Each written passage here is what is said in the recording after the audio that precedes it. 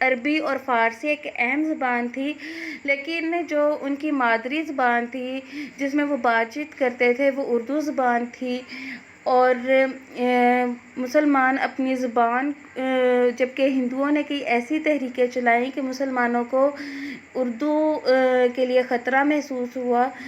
یہاں تک کہ ہندوؤں نے تو ہندی جو زبان تھی، ہندی رسم الخط تھا، اسے سرکاری طور پر نافذ کرانے کے لیے تحریکیں چلائیں، احتجاج کیے، پرتشدد تحریکیں چلائیں کہ جو ہندی زبان ہے اسے سرکاری طور پر نافذ کیا جائے۔ اس کا بنیادی مقصد یہی تھا کہ مسلمانوں کی زبان کو ختم کر دیا جائے، ان کی ثقافت کو مٹا دیا جائے۔ اس چیز کو بھی بچانے کے لیے مسلمانوں میں یہ سوچ ابھری کہ ایک الگ وطن کا حصول جو ہے وہ ان کے لیے ناگزیر ہے۔ دو قومی نظریہ بھی اس کی ایک اہم وجہ تھا، کیونکہ مسلمان دوسری تمام قوموں سے الگ تھے اپنے مذہب کی بنیاد پر۔ اسلام جو ہے وہ مسلمانوں کو صرف عقائد عبادات نہیں سکھاتا، وہ ایک صرف مذہب نہیں ہے بلکہ اسلام کمپلیٹ کوڈ آف لائف مہیا کرتا ہے، مکمل ضابطہ حیات ہے، زندگی کے ہر شعبے میں ہماری رہنمائی کرتا ہے۔ بے شک متحدہ ہندوستان میں مسلمان صدیوں سے ہندوؤں کے ساتھ رہ رہے تھے، دوسری قوموں کے ساتھ رہ رہے تھے، لیکن وہ تب بھی اپنے مذہب کی بنیاد پر، اپنی معاشرتی اقدار پر، اپنی معاشی اقدار کے لحاظ سے دوسری تمام اقوام سے مختلف تھے۔ مسلمانوں میں حرام حلال کا تصور بھی تھا، مسلمانوں کو معیشت کے طریقے بھی بتائے گئے تھے کہ آپ لوگوں نے رزق کس طرح کمانا ہے۔ آپ کے لیے سود جو ہے وہ ایسے ہے کہ جس طرح آپ نے اللہ تعالیٰ سے اور اس کے نبی سے جنگ کی ہو، جبکہ کئی ہندوستان میں یہ رواج تھا کہ جو ہندو تھے وہ سود کا کاروبار کرتے تھے، جبکہ اسلام میں اس کی سختی سے ممانعت ہے۔ اس لیے اسلام جو ہے وہ صرف مسلمانوں کو زندگی میں عبادات نہیں تھا سکھاتا، وہ زندگی گزارنے کے طریقے بھی بتاتا تھا جس کی بنا پر مسلمان الگ تھے۔ اور اسی چیز کو دیکھتے ہوئے سر سید احمد خان نے سب سے پہلے دو قومی نظریے کی اصطلاح پیش کی تھی کہ ہم دوسری تمام اقوام سے مختلف ہیں، ہمارا ایک علیحدہ تشخص ہے، ہم ایک جداگانہ حیثیت رکھتے ہیں، تو اس وجہ سے یہ لازمی ہے کہ ہمیں ایک ایسا خطہ زمین دیا جائے، ہماری ایک ایسی ریاست قائم ہو جہاں پر مسلمانوں کو ان کے بنیادی حقوق فراہم کیے جائیں، جہاں پر مسلمان اپنے مذہب کے مطابق آزادانہ زندگی گزار سکیں، وہ وہاں پر ایسے قوانین بنا سکیں، ایسے قوانین لاگو کر سکیں جو کہ اسلام کے مطابق ہوں، جن کی تعلیمات حضور اکرم صلی اللہ علیہ وسلم نے ہمیں دی ہے۔ کانگریسی وزارتوں کا جو دور تھا اس دور نے بھی مسلمانوں کو یہ شعور دیا کہ اگر مسلمان ہندوؤں کے ساتھ مل کر انگریزوں کے خلاف آزادی کی جدوجہد کرتے ہیں اور وہ بعد میں متحدہ ہندوستان میں ہندوؤں کے ساتھ رہنے کو ترجیح دیتے ہیں، تو یہ مسلمانوں کی سب سے بڑی غلطی ہوگی، کیونکہ جب 1937 سے 1939 تک جو کانگریسی وزارتیں تھیں، انہوں نے بھی ان کے دوران میں جب ہندوؤں نے اقتدار سنبھالا تو انہوں نے اس اقتدار کو مسلم قوم کو دبانے اور اس سے ان کے حقوق سے محروم کرنے کے لیے کیا تھا، اس کا استعمال کیا تھا۔ اور تعصب کی جو یہ تصویر تھی اس نے بھی مسلمانوں کو الگ وطن حاصل کرنے پر مجبور کیا تھا۔ اسلامی نظام کا قیام سب سے بڑی اور بنیادی وجہ تھی پاکستان کے قیام کی، کیونکہ مسلمانوں کا ایک مطالبے کا محرک ہی یہ تھا کہ ہمیں ایک ایسی ریاست چاہیے، ہمیں ایک ایسا وطن چاہیے جہاں پر ہم قانون بنا سکیں، اسلامی نظام کے مطابق، جہاں پر ہم اپنی زندگیاں آزادانہ گزار سکیں اسلامی نظام کو قائم کرتے ہوئے، کیونکہ اسلام جو ہے وہ ہمیں بنیادی اقدار مہیا کرتا ہے جن میں مساوات ہے، عدل ہے، انصاف ہے، برابری ہے، بھائی چارہ ہے، اور یہی وہ چیزیں ہیں جو کہ ایک اچھے معاشرے کو تشکیل دیتی ہیں۔ اور مسلمانوں کا بھی یہی خواب تھا کہ ایک ایسا معاشرہ تشکیل دیا جائے جو کہ پوری دنیا کے لیے مثال قائم کر سکے۔ ہمارا جو آج کا ٹاپک ہے یہ قرارداد پاکستان سے متعلق ہے۔ قرارداد پاکستان جو اگر ہم اس کا جائزہ لیں تو قرارداد پاکستان آل انڈیا مسلم لیگ کا جب سالانہ اجلاس ہوا تھا، یہ اجلاس لاہور میں 23 مارچ 1940 کو ہوا۔ آپ کو یہاں پر ایک بات بتاؤں کہ یہ 3 روزہ اجلاس تھا جو کہ 22 مارچ 1940 کو شروع ہوا تھا، اور اسی میں یہ قرارداد پیش کی تھی جسے قرارداد لاہور کے نام سے جانا جاتا ہے۔ یہ اجلاس لاہور کے اقبال پارک میں ہوا تھا جہاں پر مینار پاکستان بھی ہے، اور یہ مینار پاکستان اسی قرارداد کی یادگار کے طور پر بنایا گیا ہے۔ قرارداد پاکستان کی یادگار کے طور پر ہی یہ مینار پاکستان بنایا گیا ہے۔ تو لیکن یہ جو اجلاس تھا یہ 22 مارچ کو شروع ہوا تھا، قرارداد پیش کی تھی، اور 24 مارچ 1940 کو یہ قرارداد منظور کی گئی تھی۔ لیکن ہم لوگ جو ہیں وہ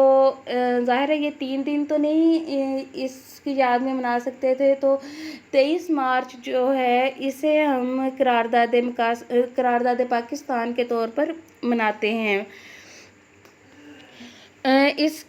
اجلاس کی جو صدارت تھی وہ قائد اعظم نے کی تھی، اور پورے برصغیر سے بہت بڑی تعداد میں جو مسلمان عوام تھی اس نے اس اجلاس میں شرکت کی تھی۔ اس اجلاس میں جو قرارداد پیش کی تھی وہ صوبہ بنگال کے مسلم لیگی رہنما مولوی فضل الحق نے پیش کی، اور اس قرارداد کو 24 مارچ 1940 کو اسے منظور کیا گیا تھا۔ یہ جو قرارداد تھی اسی میں مسلمانوں نے اپنی منزل کا تعین کیا تھا کہ ہمیں ایک الگ وطن چاہیے، اس کے علاوہ ہم کسی بھی چیز پر مسلمان راضی نہیں ہو سکتے۔ قرارداد پاکستان کا اگر پس منظر دیکھا جائے تو یہ 1857 کی جو جنگ آزادی تھی اس کے ساتھ ہی اس کی کڑیاں ملتی ہیں، کیونکہ جب 1857 کی جنگ آزادی کی ناکامی کے بعد مسلمان مسلسل اس فکر میں تھے کہ ایک مسلمانوں کے ایک باوقار اور پرسکون اور محفوظ جو ماحول ہے وہ کیسے فراہم کیا جائے، کیونکہ جب مسلمانوں کی زیادہ حالت خراب ہوئی تھی وہ اسی جنگ آزادی کے بعد ہوئی تھی۔ یہی وہ وجہ بنی تھی جب ہندوؤں نے انگریزوں کے دلوں میں مسلمانوں کے خلاف نفرت کو بھرا، اور مسلمانوں کی جو معاشرتی حالت تھی، جو معاشی حالت تھی وہ خراب ہوئی۔ تو اس کے بعد ہی مسلمان جو اکابرین تھے، جو رہنما تھے، ان میں یہ سوچ زیادہ پختہ ہوئی، زیادہ پروان چڑھی کہ مسلمانوں کی جو کچھ ایسے اقدامات ہونے چاہیے کہ مسلمانوں کی یہ حالت بدل سکے۔ تو کیونکہ مسلمان ایک الگ قوم تھے اور انہیں تحفظات دینے کی بات بھی ہوتی رہی، لیکن وہ وہاں پر متحدہ ہندوستان میں رہتے ہوئے ایک محفوظ جو مستقبل تھا وہ کبھی بھی حاصل نہیں کر سکتے تھے۔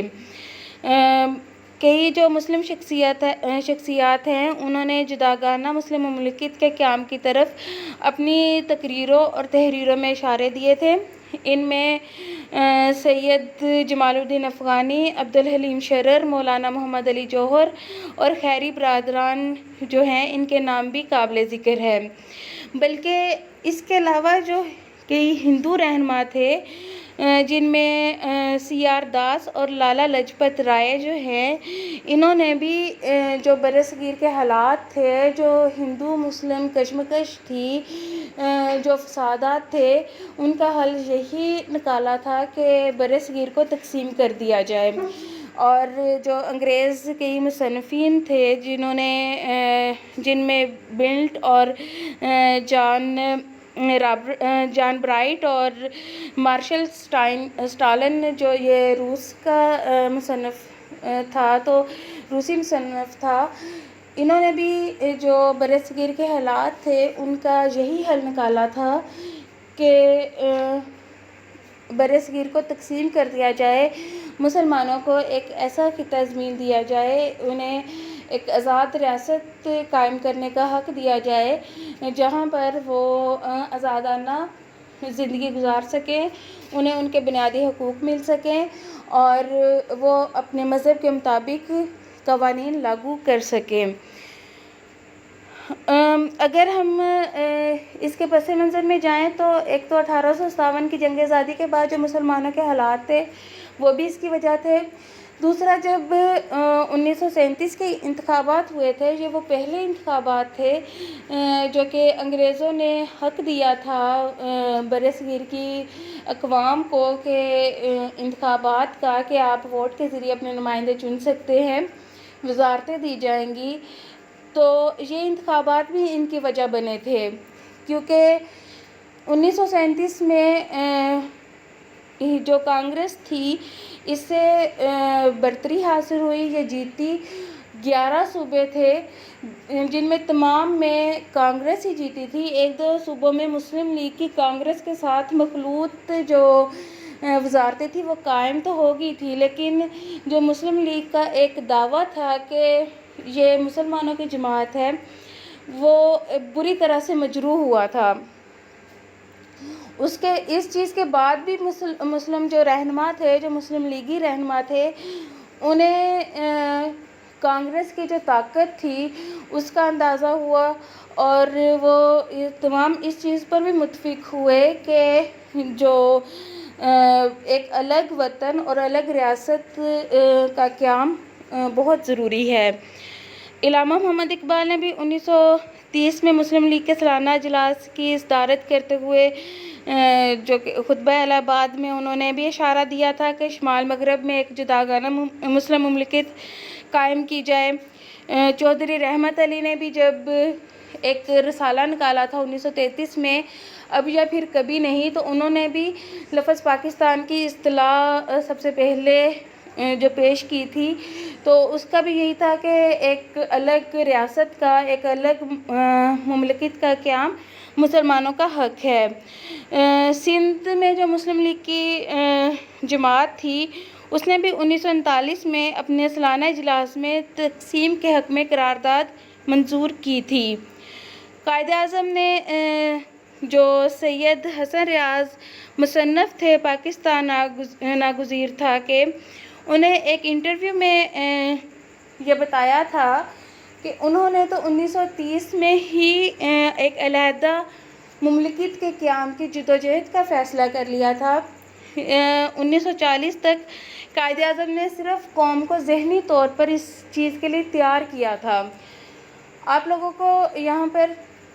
ایک بات واضح کروں کہ جب ہم قائد اعظم کی تقاریر یا پھر مسلم لیگی جو باقی رہنما تھے ان کی تقاریر کا تجزیہ کرتے ہیں، ان کے بیانات کا جو تجزیہ کیا جاتا ہے، تو انہوں نے ایک علیحدہ ریاست کے قیام پر زور دیا تھا۔ ریاست یہ ہوتی ہے کہ آپ اسی ملک میں رہتے ہوئے ایک آزاد ریاست قائم کر لیں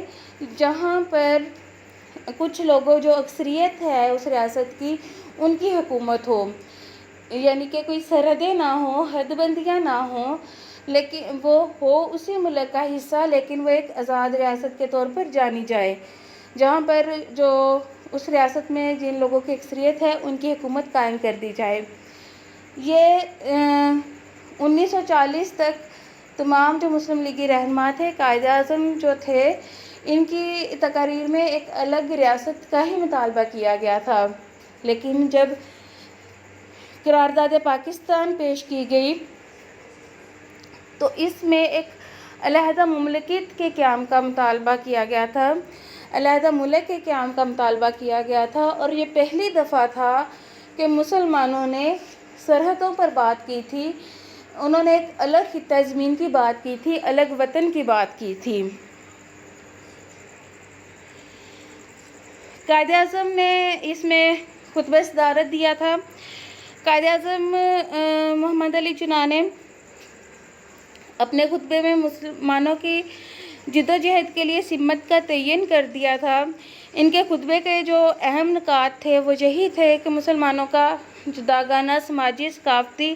اور مذہبی نظام ہے، اس وجہ سے مسلمان ایک علیحدہ قوم ہے، یعنی کہ وہ اپنے مذہب کی بنیاد پر یہ تمام ان چیزوں کا ایک الگ مقام رکھتے ہیں، اور یہی ان کا علیحدہ تشخص ہے، اور یہی ان کے لیے الگ قوم انہیں ظاہر کرتا ہے۔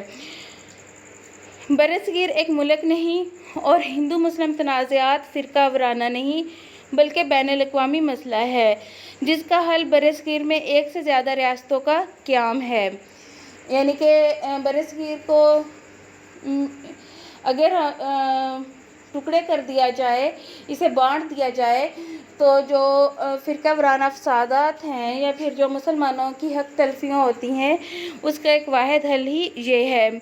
متحدہ برصغیر میں مسلمانوں کے حقوق محفوظ رہنے کا امکان نہیں ہے، کیونکہ کانگریسی وزارتوں کے دور میں بھی یہ بتا دیا گیا تھا، مسلمانوں نے یہ دیکھ لیا تھا کہ اگر وہ متحدہ ہندوستان میں رہے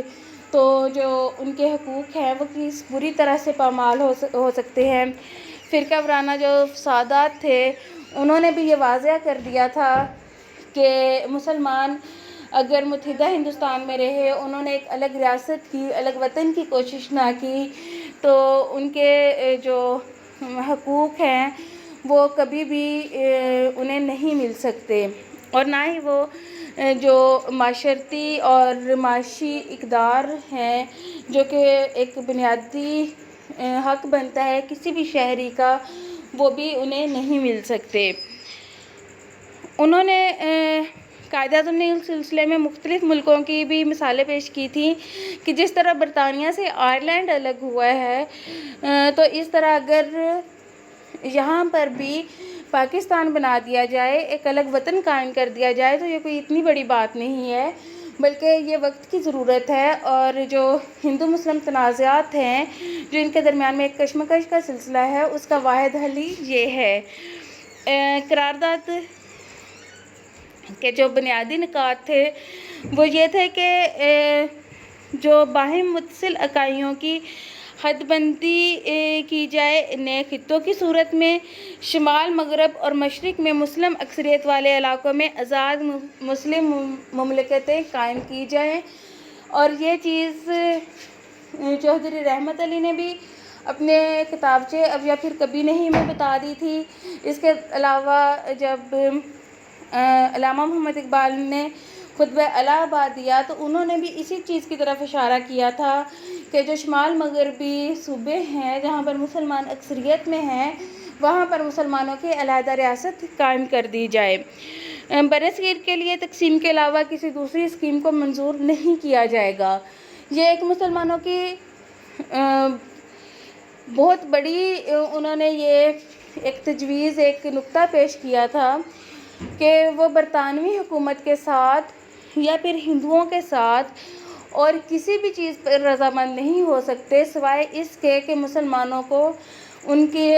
الگ وطن نہ دیا جائے یا پھر ان کے لیے ایک آزاد ریاست قائم نہ کی جائے، کیونکہ مسلمانوں کی جو یہ ساری جدوجہد تھی، جو سیاسی جدوجہد تھی، یا پھر جو مسلمانوں نے اپنی جانیں دے کر اس جدوجہد کے لیے قربانیاں دی تھیں، ان کا بنیادی مقصد ہی یہ تھا کہ ایک ایسی ریاست کا قیام ہو جہاں پر مسلمان اپنا علیحدہ تشخص قائم رکھ سکیں۔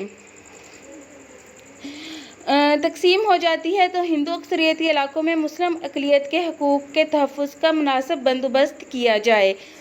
یعنی کہ اس کے لیے گورنمنٹ کو پالیسیاں بنانی چاہیے کہ جو ہندو اکثریتی علاقے ہیں وہاں پر جو مسلمان رہتے ہیں انہیں ان کے بنیادی حقوق مہیا کیے جائیں، کیونکہ یہ اس وجہ سے بھی ایک بنیادی نکتہ تھا کیونکہ اس سے پہلے مسلمان یہ دیکھ چکے تھے کہ ہندو جو ہیں وہ مسلمانوں کو کس طرح پسماندگی کی طرف دھکیلتے ہیں، وہ کس طرح مسلمانوں کی حق تلفیاں کرتے ہیں اور کس طرح انہیں ان کے بنیادی حقوق سے محروم کرتے ہیں۔ اس قرارداد پر جو مختلف رد عمل سامنے آئے تھے ان میں قرارداد جب یہ منظور ہوئی تو جو ہندو پریس اور ہندو قائدین تھے انہوں نے اس مطالبے کے خلاف اظہار رائے شروع کر دیا تھا۔ ظاہر سی بات ہے کہ وہ کسی بھی ایسے مطالبے کو کس طرح مان سکتے ہیں جہاں پر مسلمانوں کو کوئی آزادی حاصل ہونے کا ہو کہ اور یا پھر انہیں ان کے حقوق ملنے کا کوئی بھی چانس ہو، تو ایسے کسی بھی مطالبے کو ہندو کبھی مان ہی نہیں تھے سکتے۔ انہوں نے اس قرارداد کا مذاق اڑایا۔ گاندھی اور ہندوؤں نے اس قرارداد کی مخالفت کرتے ہوئے اسے قطعاً مسترد کر دیا، اور یہ ہندو پریس ہی تھا جس نے یہ جو قرارداد لاہور تھی اسے طنزاً قرارداد پاکستان کہنا شروع کر دیا، اور یہ چیز مسلم لیگی جو رہنما تھے انہیں اتنی پسند آئی کہ انہوں نے اسے قرارداد لاہور کے بجائے خود بھی قرارداد پاکستان کہنا شروع کر دیا تھا۔ مولانا شبیر احمد عثمانی، مولانا اشرف علی تھانوی اور مولانا ظفر احمد انصاری وہ علماء تھے جنہوں نے اس قرارداد کا بھرپور ساتھ دیا تھا۔ برطانوی پریس نے اس قرارداد کو زیادہ اہمیت نہیں دی تھی کیونکہ ان کے نزدیک جو مسلمان تھے وہ اس سے پہلے بھی اس طرح کی کوششوں میں مصروف تھے، تو انہیں کوئی اتنی کامیابی نہیں ملی تھی۔ اس کو زیادہ اہمیت نہ دینے کی وجہ جو اس سے پہلے انتخابات ہوئے تھے وہ بھی تھے کہ تب بھی مسلمانوں کو جو برتری تھی وہ حاصل نہیں ہوئی، بلکہ انہیں مسلم اکثریتی علاقوں میں بھی جیت جو تھی وہ نہیں ملی تھی، تو اس وجہ سے جو برطانوی پریس تھا اس نے اسے زیادہ اہمیت نہیں دی تھی۔ انگریز حکومت اور جو ہندو اکثریت تھی ان کی خواہش اور سوچ کے برعکس قرارداد کو کامیاب بنانے کے لیے مسلمانوں کی بے پناہ قربانیوں کے نتیجے میں یہ مملکت خدا داد پاکستان کا قیام عمل میں آیا تھا۔